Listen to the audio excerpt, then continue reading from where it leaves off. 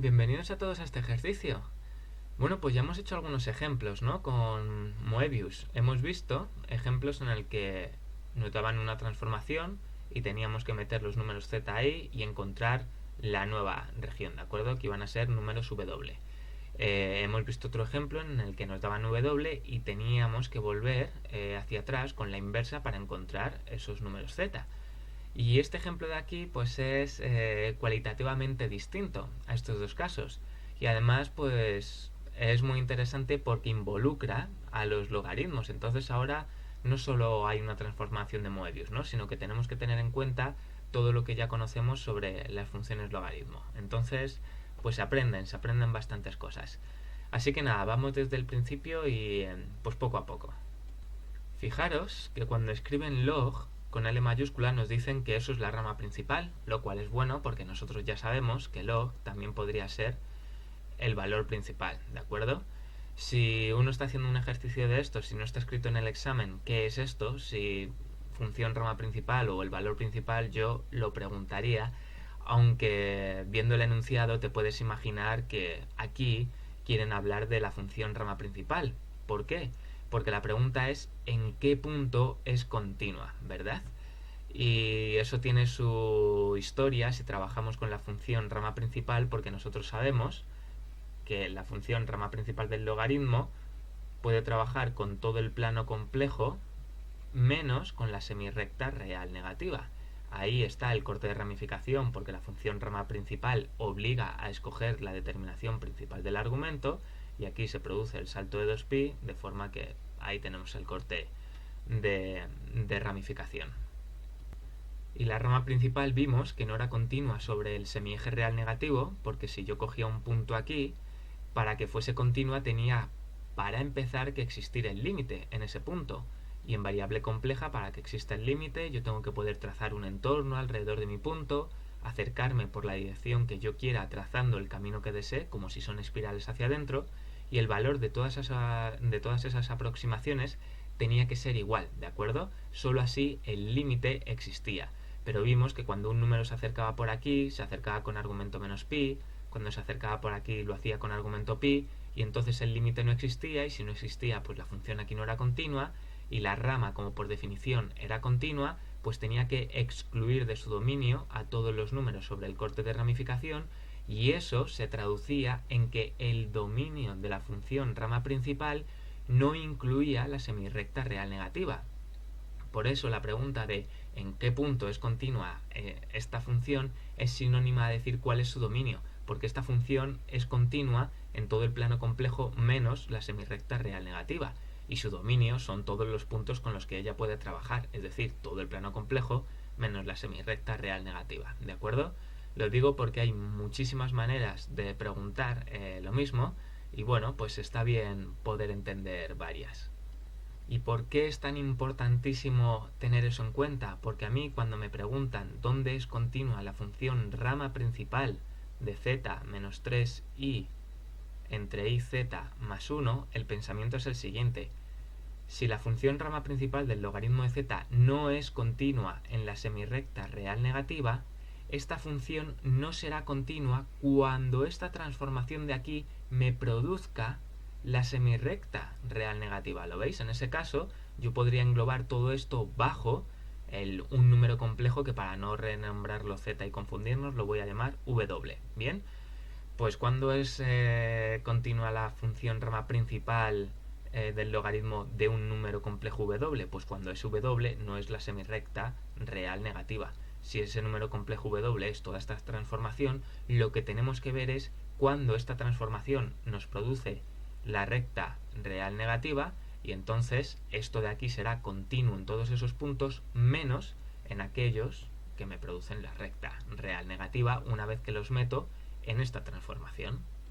Entonces, en verdad, la pregunta con la que nosotros tenemos que trabajar es esta. ¿Para qué números z, de acuerdo, la transformación me da lugar a la semirrecta real negativa? Es decir, yo empiezo con unos números z aquí que tras hacerle esa transformación tienen que convertirse en esta semirrecta de aquí, ¿de acuerdo? Bien, Bueno, pues como yo sé la transformación, ¿verdad? Yo sé el resultado final que quiero, que es esta semirrecta de aquí, pues voy a elegir tres números de esta semirrecta. Voy a decir, mira, pues el punto A va a ser el punto igual a cero de la semirrecta. Y como esta es la transformada, pues lo voy a llamar el A', de forma que lo que busco es el punto A original, ¿vale?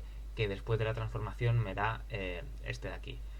Puedo buscar un punto que tras la transformación me dé lugar al punto B' igual a 1. Y como esto es la semirrecta real negativa, ¿cuál es el final de esta semirrecta? Pues el final será el punto C', que es ¿qué? Es el punto menos infinito, ¿sí? Pero os acordáis que, bueno, ya lo hemos visto, ¿no? En varios ejercicios, da igual que yo me pierda por el infinito por ahí, o en esta dirección, o en oblicuo. En el anterior vimos que me perdía por aquí, en el infinito, y aparecía por aquí arriba, ¿no? Entonces, no hay menos infinitos, solo hay un infinito y es positivo. Entonces, la semirrecta real negativa la vamos a componer de tres puntos. El punto cero, el punto, bueno, en el eje real, ¿no? En el eje real el punto será nada más que 0, la coordenada en el eje real será, perdón, aquí es menos 1 y luego esta será infinito. Pues vamos a averiguar primero qué número, tras someterle a esta transformación, me da mi primer número de la semirrecta real negativa, que tiene valor 0. Entonces, esta transformación z menos 3i entre i z más 1 me tiene que dar 0, ¿sí? Bueno, pues esto pasa a este lado multiplicando, ¿no? De manera que me queda que z menos 3i ha de ser igual a 0, o lo que es lo mismo, z es igual a 3i. Así, en el caso de que z sea igual a 3i, tras esta transformación obtengo el número 0. Ahora vamos a ver qué número z, tras meterlo en esta transformación, me devuelve b', que es menos 1. Es decir, que la transformación z menos 3i entre iz más 1 tiene que darme el resultado menos 1. Bien, pues esto de aquí pasa al otro lado multiplicando y me queda z menos 3i igual a menos iz menos 1. Junto las cosas que tengan z, entonces me queda z más iz igual a menos 1 más 3i. Y de aquí puedo sacar factor común z y me quedaría z por 1 más i es igual a menos 1 más 3i. Esto da lugar a que z pues sea menos 1 más 3i y lo que acompañaba a z ahora pasa dividiendo y me queda 1 más i. Y como me quiero deshacer de la unidad imaginaria abajo, pues voy a multiplicar por su conjugado, ¿no? 1 menos i, 1 menos i. Si hago eso, ¿qué obtengo? A ver que haga hueco. Pues este cálculo sería menos 1 por 1, menos 1. Menos 1 por menos i, más la unidad imaginaria. Más 3i por 1, más 3i. Y ahora, más 3i por menos i sería más 3 menos 3i al cuadrado, pero es que i al cuadrado es menos 1, entonces menos 3i al cuadrado me quedaría simplemente más 3. Y todo esto dividido, el cuadrado del primero, que es 1, y claro, menos el cuadrado del segundo, pero el cuadrado del segundo vuelve a ser i al cuadrado, entonces menos i al cuadrado me vuelve a quedar más 1. Vale, pues esto me saldría 3 menos 1 es 2, más 4i, todo ello dividido entre 2, lo cual es 1 más 2i. Y por último, pues ya solo tenemos que encontrar c, ¿no? Pero esto es muy facilito, porque c tiene que ser un número de manera que esta transformación dé infinito. Y claro, para que z menos 3i dividido entre iz más 1 me dé infinito, ¿qué tiene que ocurrir? Pues que esto de aquí sea 0, ¿no? Entonces iz más 1 ha de ser igual a 0, lo cual nos deja que i por z es igual a menos 1, que z es igual a menos 1 entre i, multiplico aquí por i para quitármelo del denominador y me queda menos i dividido entre menos 1. Por lo tanto, me queda i. Es decir, que el número i, cuando lo meto aquí, me produce el infinito. Pues vamos a pintar ahora los números que hemos encontrado. El número a era 3i. Pues si esto es 1i, 2i, 3i, nuestro número a se sitúa aquí. El número b tiene parte real 1 y parte imaginaria 2i. Pues esto es 1 en parte real, parte imaginaria 2. Estaría aquí. Y el punto c es el punto i, 1i. Estaríamos aquí.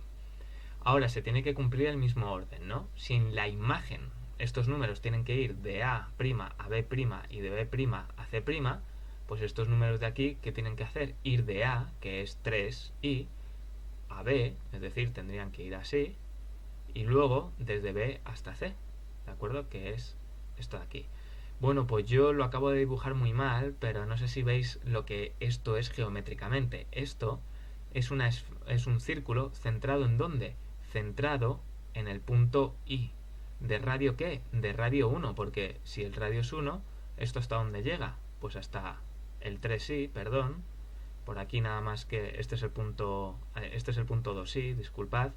Este sería el punto I, y claro, radio 1, pues este tendría que ser el punto 1 más 2i, ¿lo veis?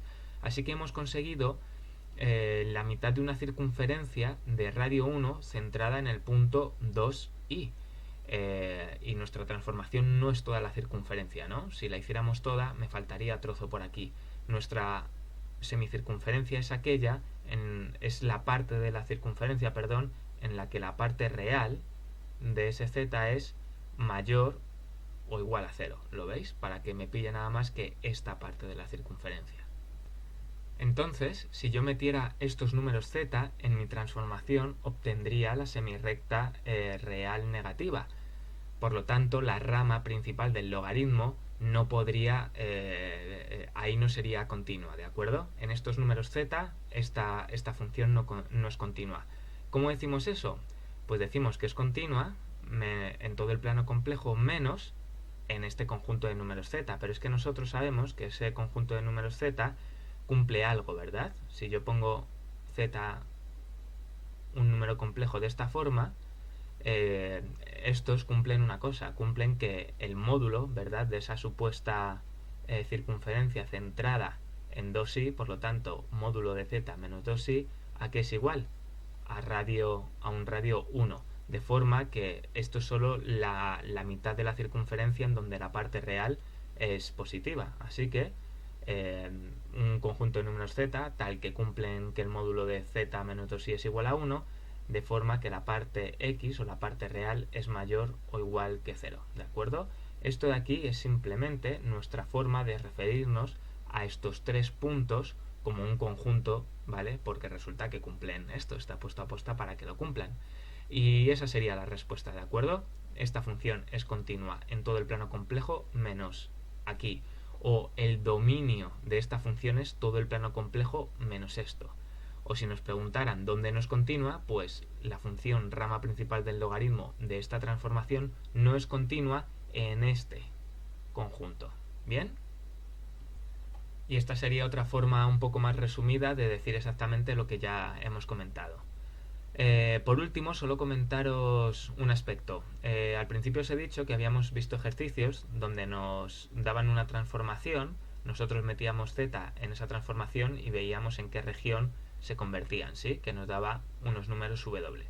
Que habíamos hecho un ejercicio de esos, luego habíamos visto otro donde nos dan números w y tenemos que encontrar los z, y luego se hablaba de que este ejercicio era cualitativamente distinto porque aquí no te dan nada, ¿no? Tú ya tienes que saber, no sé si os habéis dado cuenta, pero como te hablan de la función rama principal del logaritmo, tú ya sabes que los w van a ser a', b' y c' con estos valores 0, menos 1 e infinito. Tú ya lo tienes que saber, ¿de acuerdo? Ellos no te dan los w, tú los intuyes del enunciado. Y luego en el fondo es hacer una inversa. Aquí lo hemos hecho despejando z de esta transformación. Si alguien no hubiera querido hacer eso, pues tenéis, ¿no?, la función que vimos cuando tenemos w, cómo llegar a los números z. Así que nada más, espero que os haya ayudado si es que teníais alguna duda y ya está. Un abrazo y nos vemos en el siguiente vídeo.